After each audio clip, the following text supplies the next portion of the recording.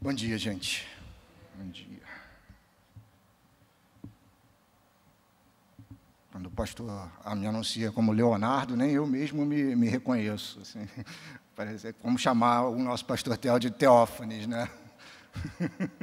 Então, ou a pessoa tem intimidade para me chamar de Léo, ou ela me chama de doutor Leonardo, que é o cargo que eu ocupo. Aqui na igreja eu sou o Léo Faria, e para os mais íntimos, o Léo Pará, da adolescência, da infância, que corria por aí.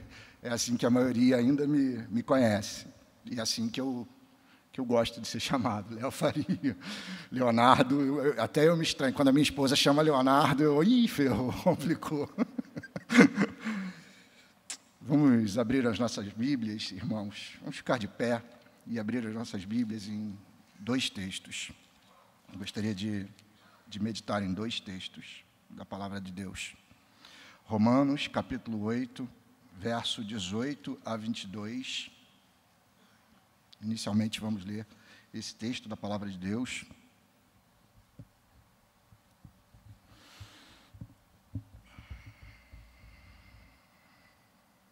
Romanos, capítulo 8, versos 18 a 22. Os irmãos me acompanhem. Porque para mim tenho por certo que os sofrimentos do tempo presente não são para comparar com a glória por vir a ser revelada em nós. A ardente expectativa da criação aguarda a revelação dos filhos de Deus.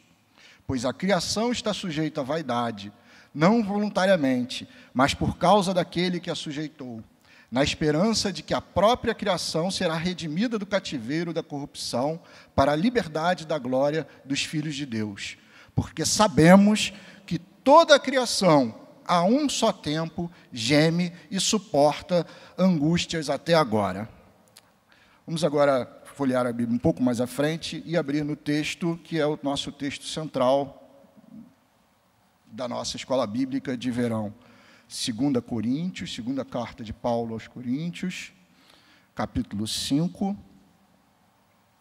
dos versos 18 ao verso 20.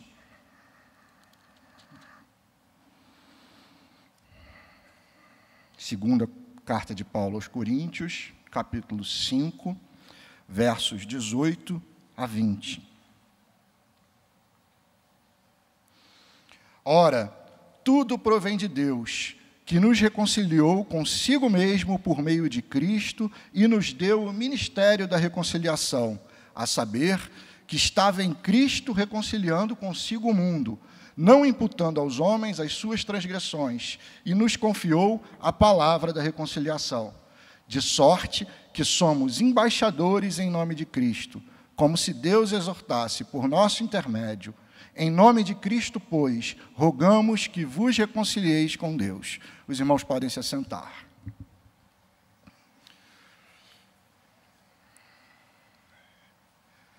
Irmãos queridos, eu ia até o acidente em Brumadinho, de Minas, eu ia falar sobre um assunto. E após o acidente da Vale, em Minas Gerais, ocorrido há menos de 48 horas, Deus mexeu tanto no meu coração, e mexeu na minha mensagem inteira, na estrutura de tudo que eu tinha para falar. Bom, a menos que você tenha acabado de chegar no Brasil, você já deve estar sabendo do ocorrido. Uma barragem na cidade de Brumadinho, de Minas Gerais, da empresa Vale, se rompeu e os rejeitos minerais foram derramados, leito do rio abaixo, num afluente do Paraupebas, que, por sua vez, está na grande bacia do Rio São Francisco. E a tragédia ambiental é terrível, é inimaginável. Como o pastor Theo mencionou, no meu exercício, na minha função, uma das minhas funções é comparecer em alguns acidentes ambientais e algumas tragédias ambientais, e eu não me acostumo com as tragédias ambientais. Meu coração dói quando eu vejo as tragédias, os desastres ambientais, porque sei que Deus não criou o mundo para isso. Não era plano de Deus os desastres, as hecatombes, os crimes ambientais, as malcriações com os animais, os maltratos com os animais. Não era plano de Deus. Por isso a mensagem de hoje ganha uma pertinência, um timing exato, né? Aquelas coincidências que só Deus explica, porque Deus quis que justo hoje, menos de 48 horas depois, falasse aos irmãos sobre reconciliando o meio ambiente com Deus. Porque a essa altura, no meu coração, vem várias perguntas, né? E creio que no meu coração, assim como dos irmãos, essas perguntas também se fazem. Primeiro, e nós com isso? E nós, igreja, enquanto isso? O que temos nós a ver com isso? Que resposta da igreja nós temos diante das tragédias ambientais, diante dos problemas que nós estamos constantemente tendo que enfrentar, diante dos desastres ambientais, diante dos desastres das plataformas de petróleo no nosso estado do Rio, diante dos desastres da mineração, diante dos maltratos com os animais, diante dos alimentos transgênicos. Essa é uma pergunta que muitos de nós nos cobramos e somos cobrados enquanto igreja de que por que não temos uma voz mais ativa, mais relevante quanto a isso? Qual é o papel da igreja nessa luta pela reconciliação do meio ambiente, pela reconciliação do meio ambiente com o nosso Criador? Então, essas são algumas das questões que eu vou tratar agora pela manhã com os irmãos. Mas, antes de entrarmos propriamente nesse tema com mais profundidade, preciso dar alguns passos atrás e ver que, como a gente tem sido abençoado nessa EBB de verão, como as mensagens têm sido pertinentes, como os irmãos que têm falado são realmente guiados pelo mesmo Espírito Santo de Deus que nos guia até aqui. A Ana Cláudia começou falando sobre a reconciliação através da educação. Que mensagem poderosa, como o Senhor a usou, como o Senhor falou por ela. Na sequência, os nossos seminaristas, Lucas, Davi e Vitor, também falaram sobre reconciliando a juventude com Deus. Que coisa tremenda, como a palavra de Deus é tremenda, como é viva, como tem sido um tempo especial.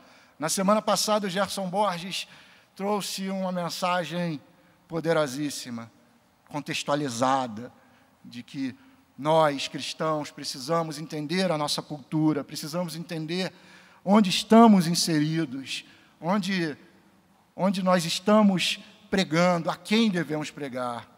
De modo que eu estou recapitulando isso tudo aqui, porque essas mensagens estão disponíveis no YouTube, e estão disponíveis no canal da Igreja Betânia, no YouTube. Você, se não tiver tido a oportunidade de ouvir, eu recomendo fortemente que você as ouça.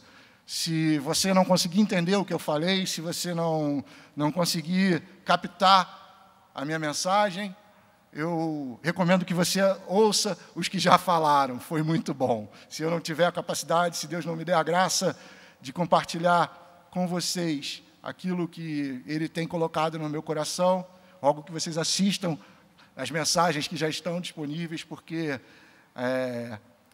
há uma linha que o Espírito Santo está costurando para falar a todos nós, para que tudo e todos se reconciliem com Deus. E é essa a mensagem do Senhor para nessa manhã. Enfim, reconciliando o meio ambiente com Deus.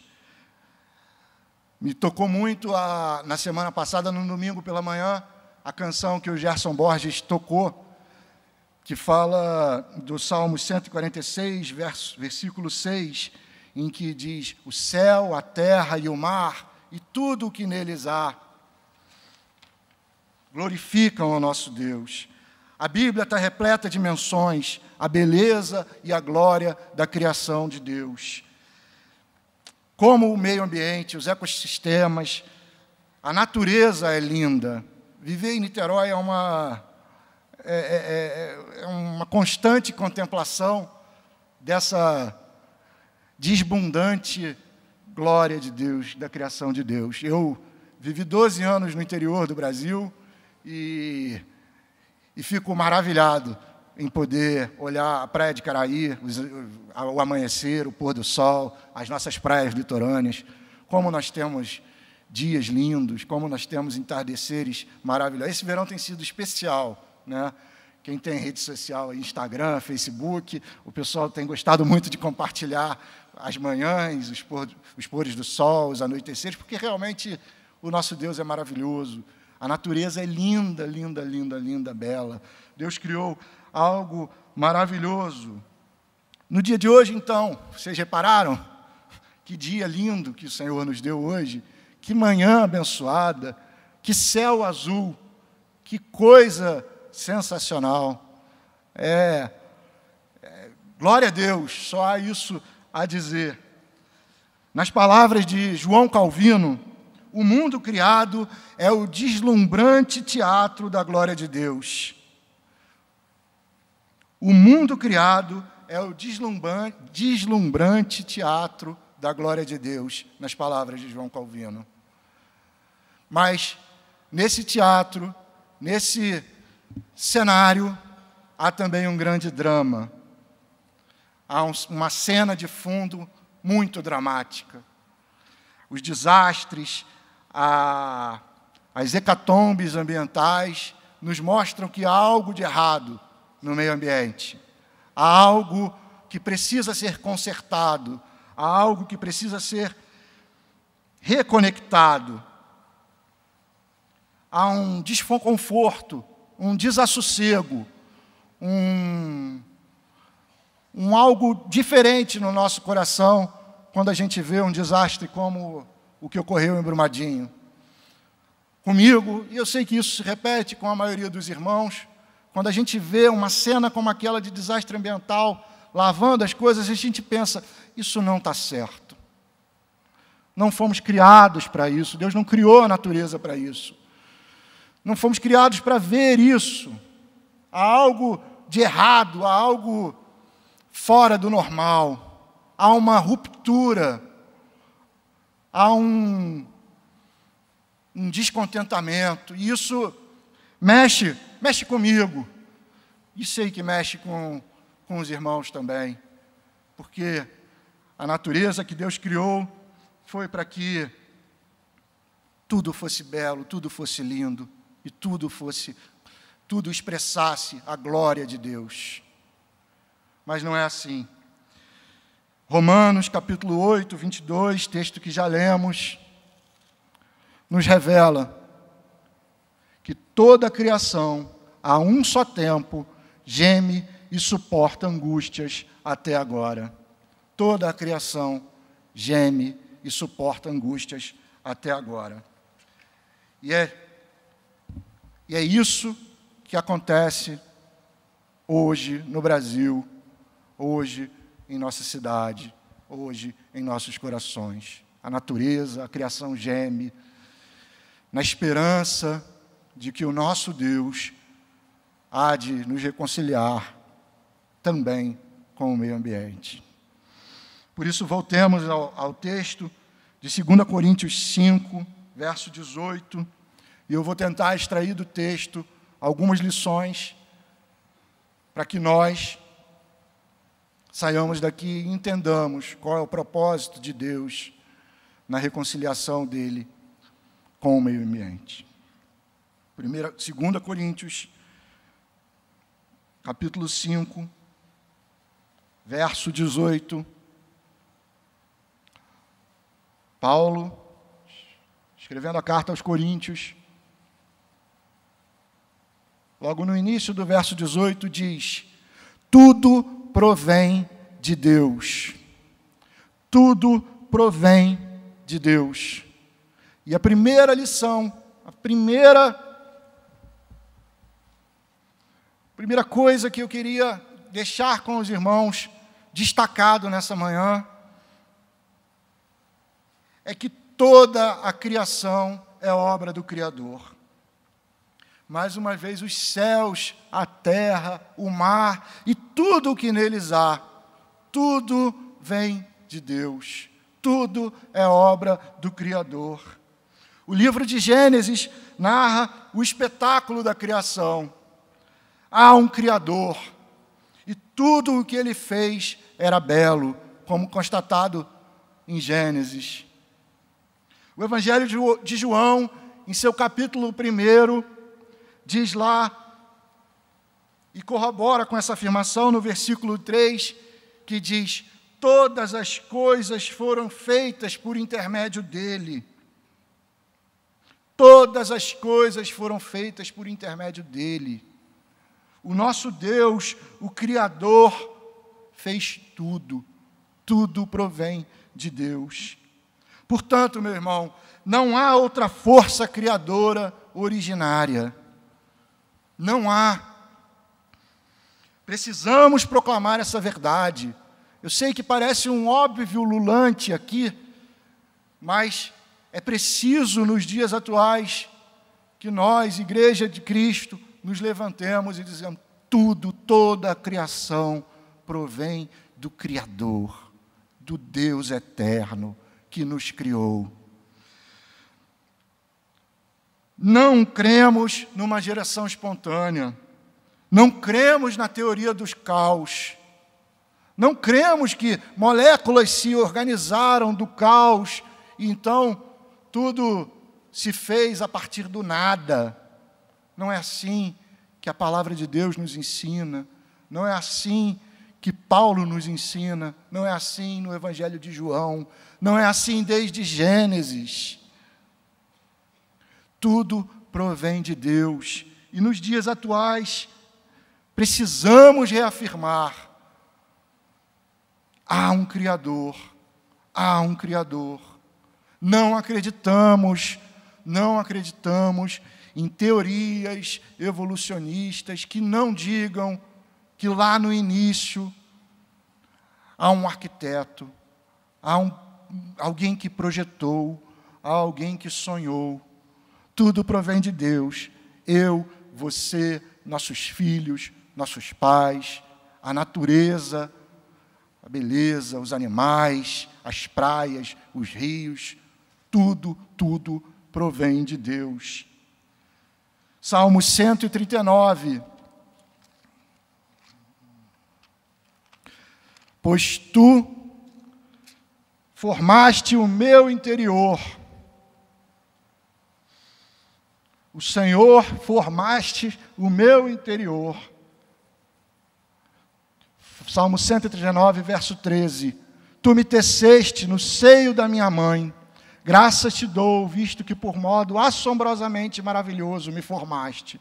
As tuas obras são admiráveis, e a minha alma o sabe muito bem. Os meus ossos não te foram encobertos, quando no oculto fui formado, e entretecido como nas profundezas da terra.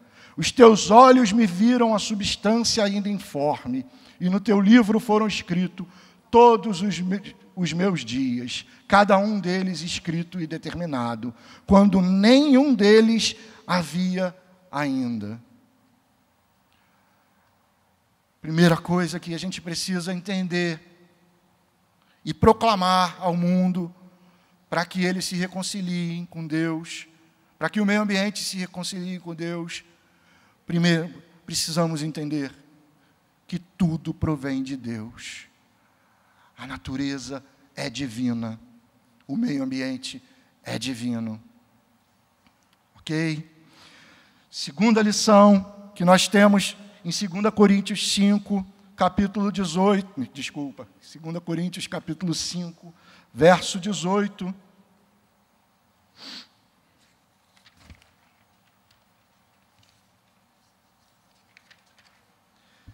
é que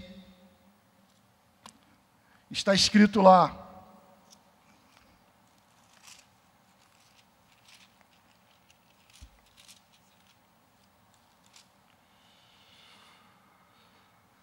a segunda lição, então, logo depois da primeira, tudo provém de Deus. No verso 18, Paulo escreve que nos reconciliou consigo mesmo por meio de Cristo.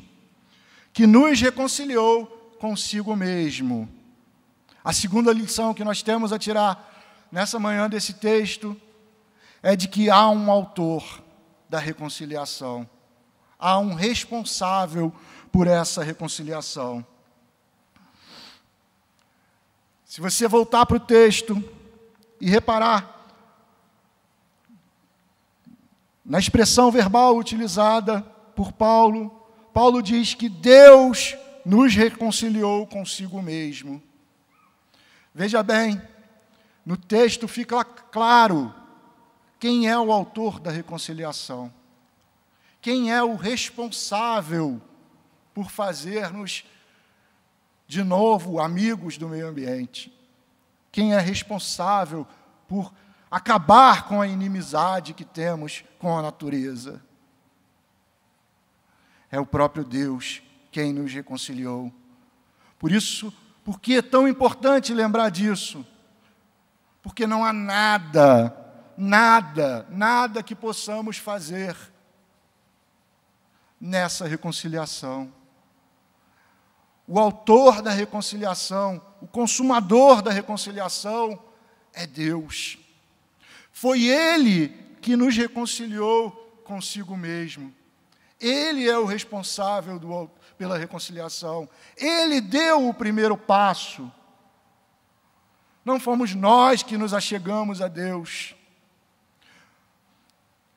O Evangelho, o cristianismo tem uma diferença radical em relação à maioria das religiões.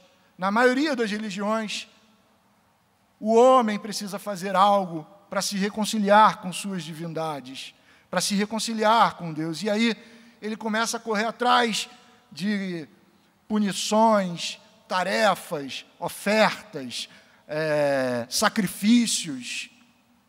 Mas no cristianismo é diferente. Paulo nos ensina em todo o Evangelho também, nos leva nessa direção de que Deus é quem deu o primeiro passo. Ele que veio em nossa direção. Ele é o autor e consumador da nossa fé. É Ele quem nos reconcilia. João 3,16. Porque Deus amou o mundo de tal maneira que enviou o seu Filho unigênito para que todo aquele que nele crê não pereça, mas tenha a vida eterna. Não foi nada do que eu ou você possamos fazer. Ele já fez. O verso 17 de João capítulo 3 é menos conhecido, mas não menos importante. Diz que Deus enviou o seu Filho para que o mundo fosse salvo por ele. Deus é quem providenciou a reconciliação. Deus não enviou o seu Filho para que fôssemos julgados. Deus enviou o seu Filho para que fôssemos salvos. É o que está escrito em João, verso 17, no capítulo 3. Por isso, meus irmãos, essa é a segunda lição. Deus é o autor da reconciliação. Voltando mais uma vez aqui para o texto, para o versículo 18. Reparem que o tempo verbal da expressão reconciliação, que nos reconciliou, é um tempo que na tradução portuguesa ficou no passado. Porque essa obra, de algum modo, já ocorreu, já está feita. No grego, o verbo aqui é o aoristo, que é um tempo indiferente, que é um verbo que não é usado no nosso português, que indica um tempo indiferente no passado. Olha, aconteceu algo no passado, a gente não sabe precisar quando, mas o que é importante no verbo aoristo é que é algo que já aconteceu. Eu não sei se há pouco, há médio, há muito, Mas aqui, Paulo diz que, com certeza, Deus já nos reconciliou consigo mesmo. Com certeza, a obra já foi completa. Ainda, quanto ao verbo reconciliar, a expressão utilizada por Paulo aqui, no grego, é katalassen. E a sua raiz verbal é mudar. Significa mudar, transformar. No grego, usava-se essa expressão quando falava-se numa mudança de cor, numa mudança de aparência. Com o tempo, passou a ser usada para expressar uma mudança de inimizade com amizade.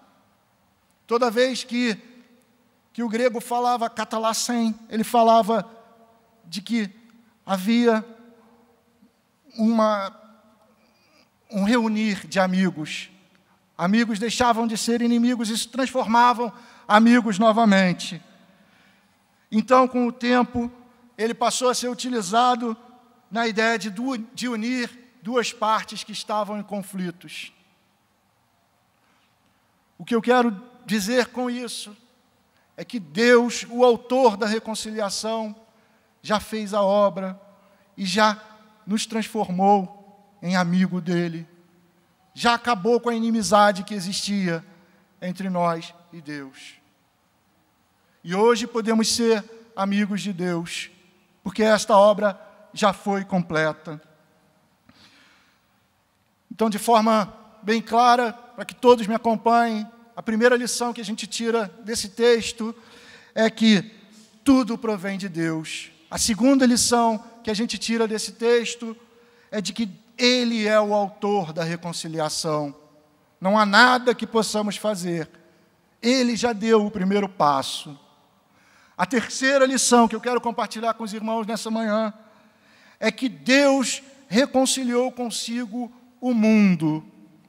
Sim, Deus reconciliou consigo o mundo todo.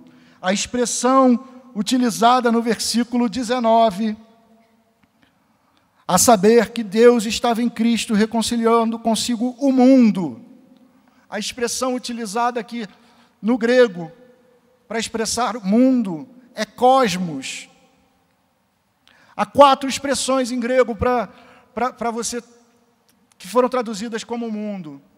Algumas não têm o significado de natureza, de meio ambiente, de mundo todo, de todas as coisas. Mas essa, especificamente, cosmos, quando utilizada, significa toda a terra, toda a natureza, tudo o que foi criado por Deus. O cosmos inteiro, Deus reconciliou consigo.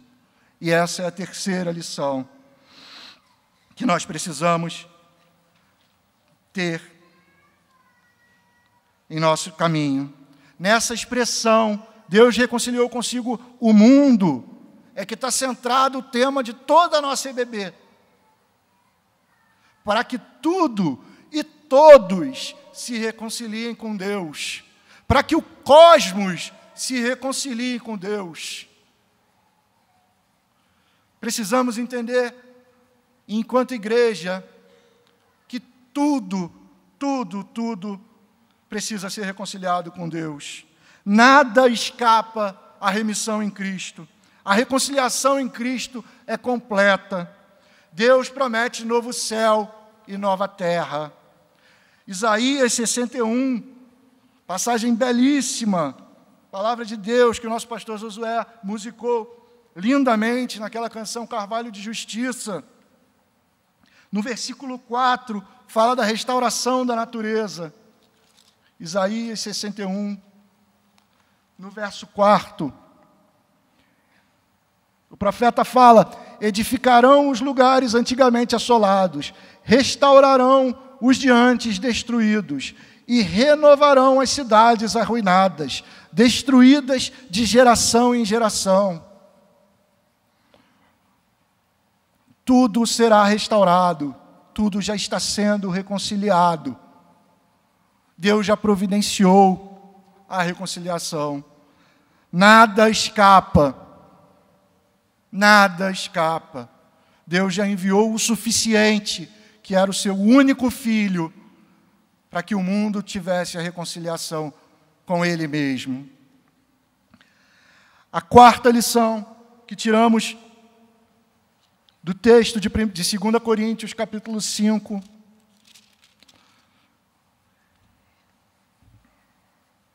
é de que Deus nos deu um ministério da reconciliação.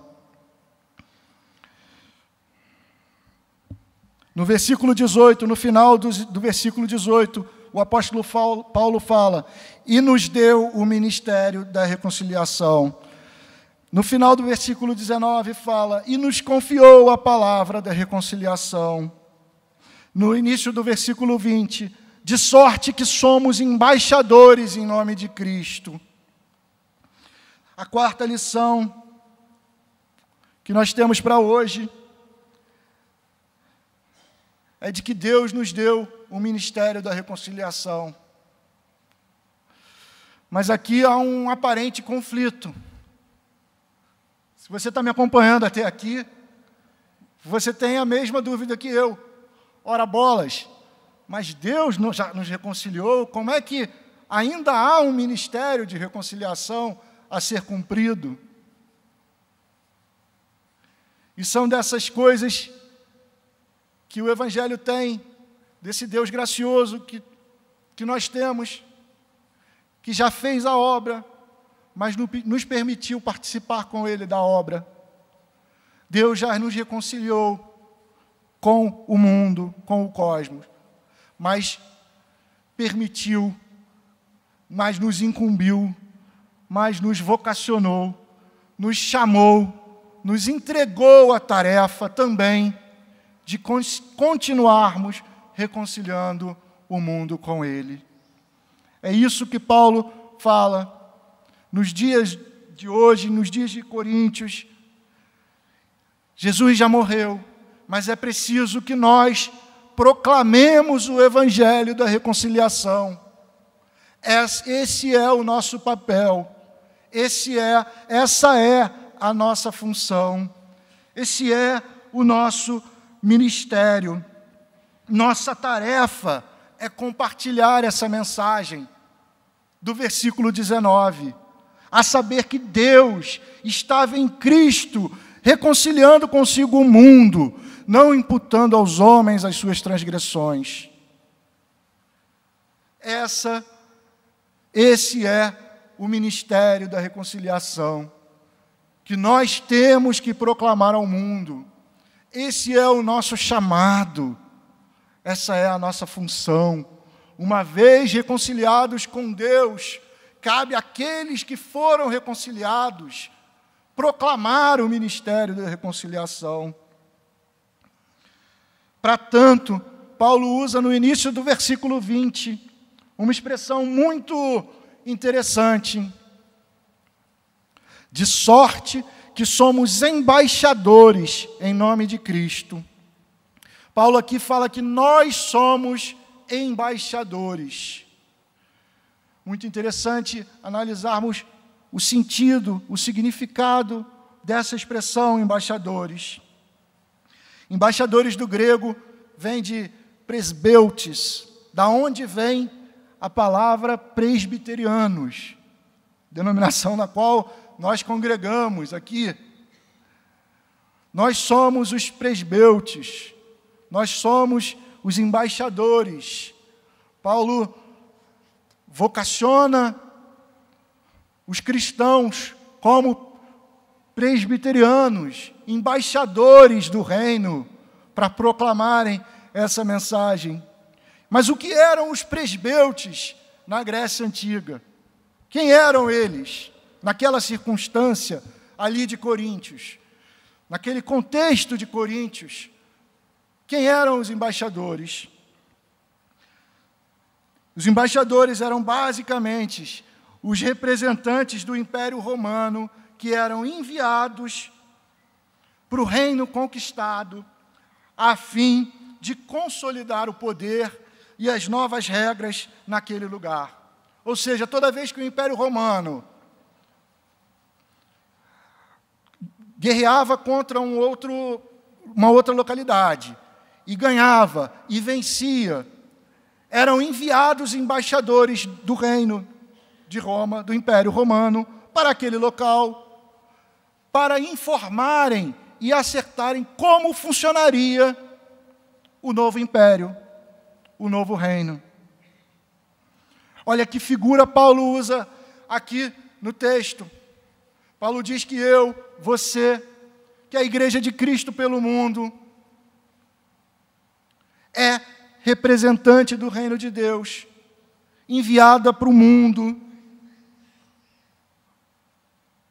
para representar o único rei, para estabelecer as regras do novo reino, para dizer como é que se vive nesse novo reino, como se deve portar nesse novo reino, como as pessoas devem agir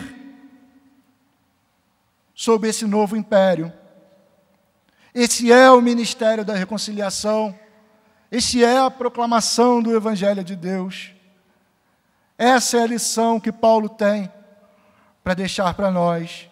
Precisamos ser embaixadores do reino, agir em nome de Cristo, proclamando a reconciliação do mundo, trazer a todo mundo a necessidade de que o mundo precisa se reconciliar com Deus, que o mundo precisa se voltar para Deus. Os embaixadores, então, são as autoridades, são os representantes que falam em nome da autoridade máxima do reino para definirem um novo proceder no território conquistado. E há uma última lição que a gente precisa tirar. Também está no versículo 20, no final do versículo 20. Paulo, se dirigindo à igreja de Coríntios, diz: rogamos que vos reconciliem com Deus. Paulo, falando à igreja de Coríntios, fala: rogo que vocês também se reconciliem com Deus.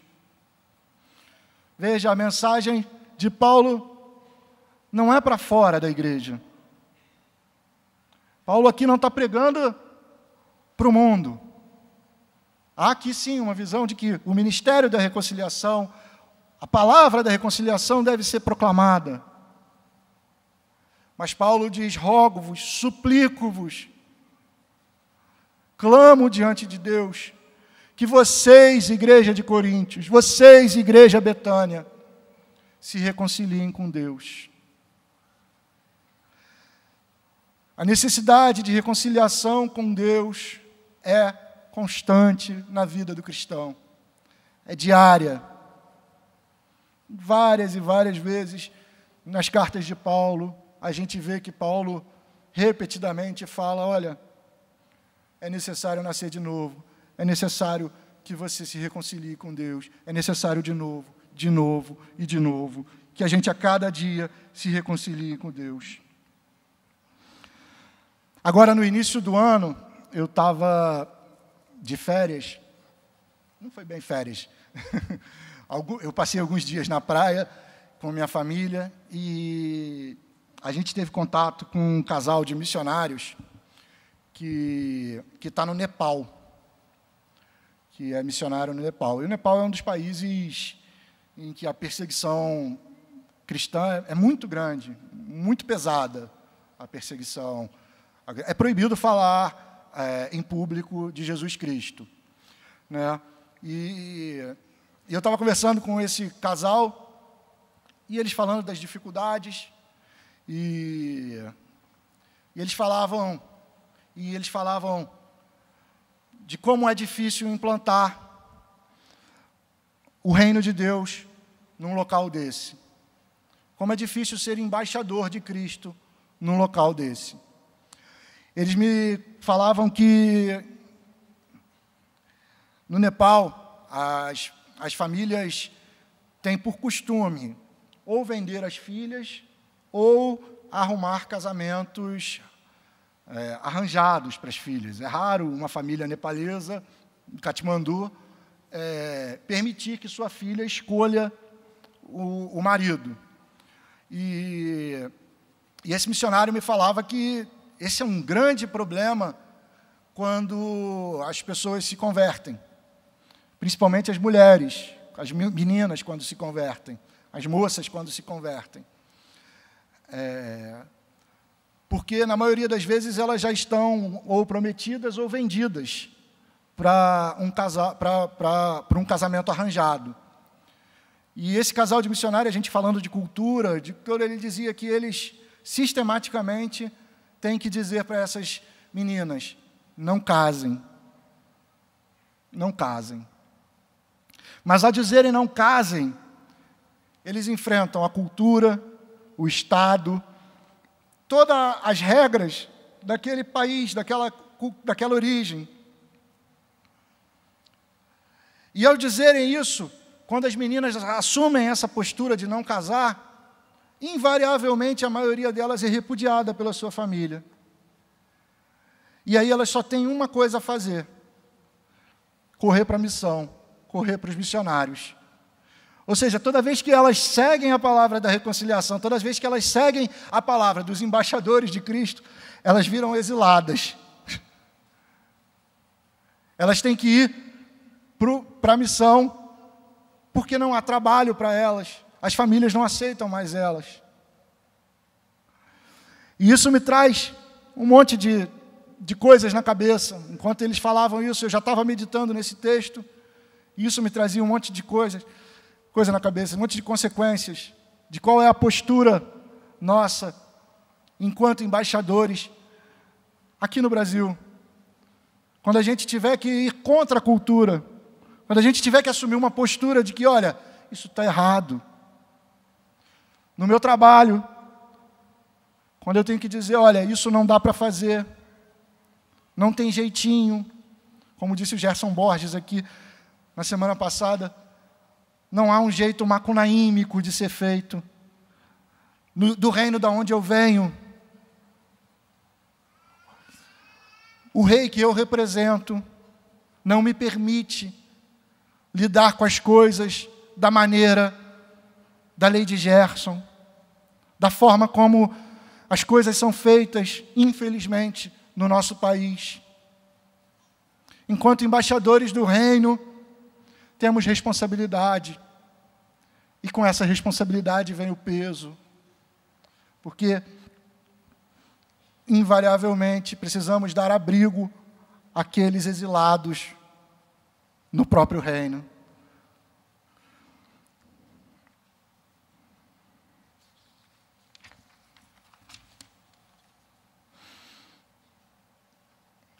Certo que a Bíblia não é um livro de regrinhas. Eu não vou encontrar na Bíblia, na palavra de Deus, como fazer para conservar o meio ambiente. Essa não era uma preocupação dos autores da palavra de Deus. Haviam outras necessidades naquele momento. Não há na Bíblia nada escrito sobre coleta seletiva de lixo. Não há na Bíblia nada escrito sobre reciclagem de pilhas.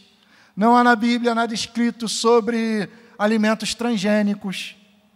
Não há na Bíblia nada escrito sobre como devemos usar e explorar os nossos recursos minerais. Nada muito específico. Nosso Deus não é um Deus de muitas regras. Nosso Deus é um Deus de princípios. Nosso Deus é um Deus que estabeleceu princípios, que nós devemos viver segundo estes princípios. Falo isso porque enquanto eu pensava na mensagem, para que tudo e todos se reconciliem com Deus, por vezes eu fui caminhando na mensagem para trazer coisas práticas do que nós cristãos podemos fazer no nosso dia a dia para reconciliar o meio ambiente com Deus. E há uma infinidade de coisas que cada um de nós podemos fazer no nosso dia a dia para colaborar com essa reconciliação do meio ambiente com Deus. Mas de modo algum, esse é o ministério da reconciliação pregado por Paulo em 1 e 2 Coríntios. Daí eu tomo a liberdade de também citar a minha esposa com algo que ela, no último ano, tem marcado a oração dela, a vida dela. E a gente tem caminhado e ela fala: Léo, eu não tenho orado para ser uma pessoa melhor. Eu não quero ser uma pessoa melhor. Eu quero ser outra pessoa. Eu quero nascer de novo. Eu quero ser uma nova criatura. E isso tem me impactado muito, porque, eu não sei vocês, mas a mim parece que todo dia eu acordo, mas eu vou ver o que eu posso fazer para ser melhor, o que eu posso melhorar no meio ambiente, o que eu posso contribuir mais com o meio ambiente. E a palavra de Deus é clara, que se você não for uma nova criatura, é impossível melhorar o velho homem. A gente precisa se reconciliar com Deus. O verso 17 de 2 Coríntios, capítulo 5, fala isso. E assim, se alguém está em Cristo, é nova criatura. As coisas antigas já passaram, eis que se fizeram novas. Meu irmão, minha irmã, minha oração é que a gente não seja melhor, mas que a gente seja nova criatura. Porque o velho homem, ele está ferrado. Esse está designado à morte. Só a nova criatura, reconciliada com Deus, é que pode gozar de todos os privilégios daqueles que são chamados por Deus. É nessa dimensão do Evangelho que vem a minha mensagem. Eu vou pedir desculpas antecipadas aqui do púlpito pelo péssimo exemplo que eu vou dar, mas eu vou tomar toda a liberdade. Eu estou em casa, eu posso falar. Acho que posso. Se não puder também, não volto mais ao púlpito. Mas há na teoria da administração, há algo que, um exemplo clássico, quando se fala da melhoria de gestão, de que muitas coisas não devem ser melhoradas, muitas coisas devem ser feitas novas. E o exemplo clássico, e desculpem mais uma vez pelo exemplo chulo, é a melhoria das fezes. Você querer melhorar as fezes, é a última vez que eu falo essa palavra, ela vai continuar sendo o que ela é. Pode ser mais cheirosa, mais bonita, colorida, em outro formato, mas continua na essência sendo o que ela é.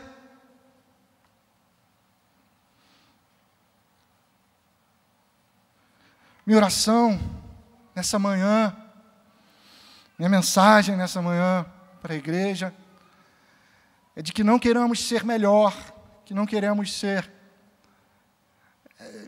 melhorar o velho homem, esse homem que está aí decaído, não vai adiantar. Não é essa pregação que deve ecoar desse púlpito. Não há dicas de como fazer o meio ambiente ser melhor. Não há listinha de regras. Há uma única mensagem que ecoa por toda a palavra de Deus. Reconciliem-se com Deus. Reconciliem-se com o Pai. Só dessa forma, tudo e todos se reconciliarão com Deus. Não há outro jeito. A partir do momento que formos novas criaturas, aí sim, segundo a glória de Deus, vamos nos posicionar no nosso dia a dia, no nosso trabalho, na nossa escola, na nossa casa, na nossa família. Sendo novas criaturas, teremos certamente o olhar remidor de Cristo, o olhar reconciliador, aquele olhar que não agride o meio ambiente, aquela atitude que não destrói a natureza bela que Deus criou, aquela vontade de preservar a beleza que Deus nos deu. Eu gostaria de orar, gostaria de pedir ao pastor Theo que orasse por nós e que nós nessa manhã nos reconciliemos com Deus. Que você examinasse o seu coração, visse aonde você está caindo. E se você ainda não se reconciliou com Deus, também te convido a entregar sua vida a Deus. Sem Deus, não há salvação, nem para nós, nem para o mundo, nem para o meio ambiente, nem para nada.